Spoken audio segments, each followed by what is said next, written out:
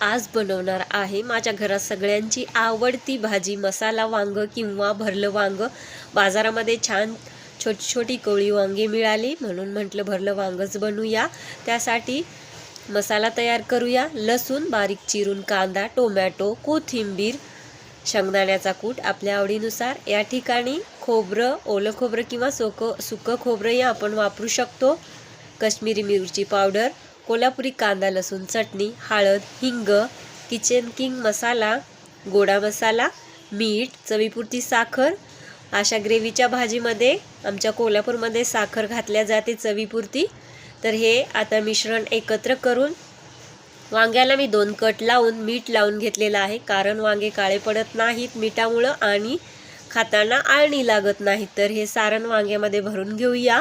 राहिलेलं सारण आपण फोडणीमध्ये घालूया।